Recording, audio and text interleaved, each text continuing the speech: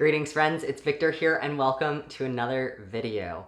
Today's video is a little bit different from my normal video content, so bear with me, but hopefully it'll at least be interesting or maybe even potentially helpful or useful. So, very brief story time. I recently had the opportunity to go back to my alma mater and basically engage with and talk with a lot of students that are current students there. Something that I got asked not once but multiple times was, hey Victor, you kind of did a lot of stuff when you were here. How did you make time for it all? And so I kind of, over the course of having many conversations like this, kind of told them my philosophy on time and how I spend my time, and every single one of them said, oh my goodness, that is like life-changing, please like publicize this information because I feel like I've never heard this before and would have loved to have heard this earlier. So this is my very small way of doing that. So yes, today we are talking about time and time management and how we spend our time,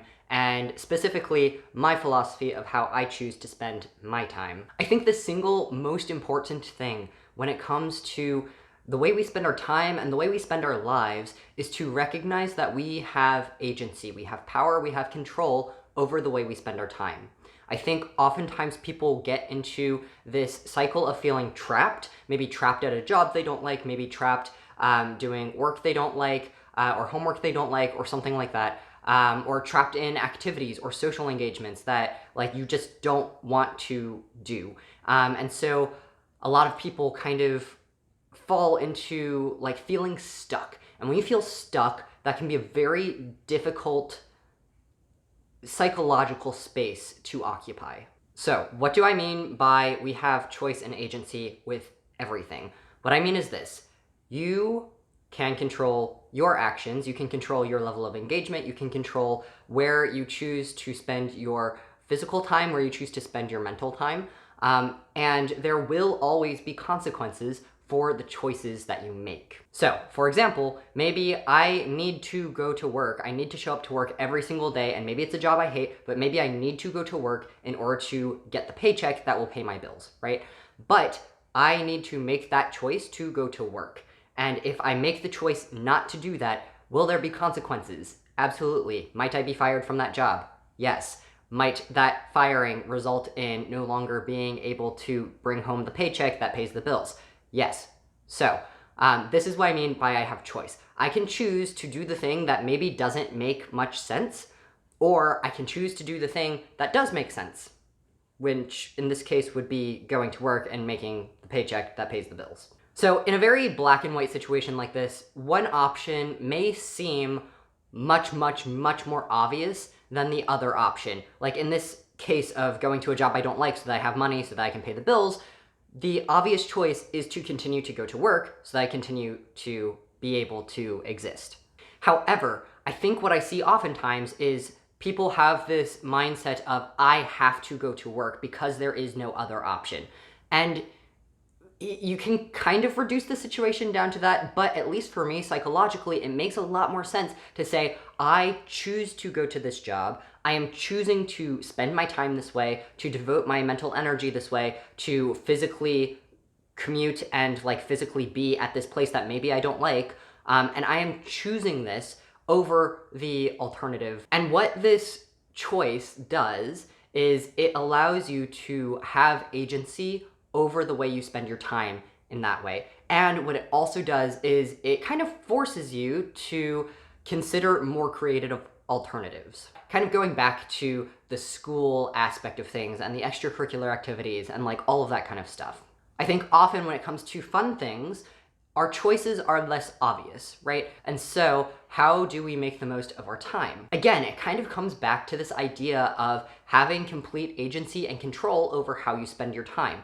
If you are, say, at university, maybe you're there studying, taking certain classes that count toward a degree with the ultimate intent of getting a degree so that you can get a job in a field that you find lucrative or interesting. Now, if that's the case, then naturally your primary mode of existence as a student is exactly that, as a student, as someone who is there to learn and there to study. However, we all know with university comes a wide variety of different potential extracurricular engagements and social activities and fun things to do. And so how do you balance all those different things at once in your life? So in university, I was someone that was very engaged outside of the classroom with a lot of different things.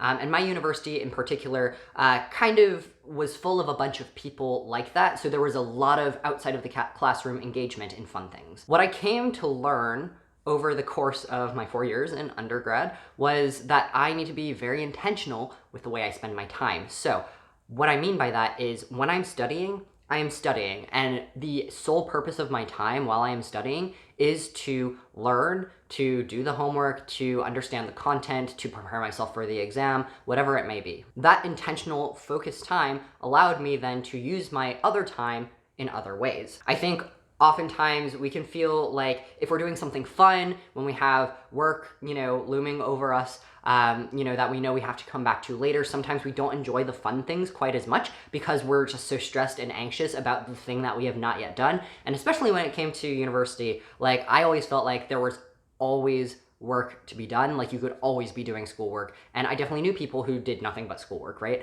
And that wasn't necessarily how I wanted to live my life in undergrad. So then when it comes to doing the fun things, we are doing the fun things with intention. So I would intentionally set aside time, or when even spontaneous opportunities for social interaction or doing fun things arose, I would spend that time mentally, intentionally choosing to do those things. Choosing to rest, choosing to relax, choosing to socialize, choosing to do these things that are fun and that make me happy and bring pleasure. Even if it was something as simple as just not doing anything, right? And just taking like a rest hour or day, right? Just rest time where I'm not being productive. That is intentional. And so what that allows me to do is kind of sit in that silence and that stillness and that non-productivity and that rest for pleasure and for recharging and for myself. And it kind of ties back into this idea of like mindfulness, right? Like being here, being now, and choosing to focus on here and now. I do think that this idea has a lot in common with, principles of mindfulness, principles of like being present, even some like, I guess, religious ideas of like Sabbath, right? That like we are choosing to spend time intentionally not being productive. In so doing, we are able to really engage with the people in front of us, right? To really, like, if I'm choosing to spend my time with the person with me or with the group with me, and I am in the present moment, I'm leaving behind the stress of my schoolwork or the stress of my day job or the stress of my night job or, the other things that could potentially come and cloud my experience of that moment. So ultimately, the result of this is that I have been much more psychologically healthy, a lot better balanced, a lot less stressed, a lot less busy and hurried, even though my schedule can be quite full, by fully engaging and participating in whatever it is that I'm doing, and doing so with intention, knowing that I am choosing to be in this situation with these people, or that I am choosing to volunteer my time this way, or that I am choosing to be at work, or that I am choosing to rest and actively choose non-productivity.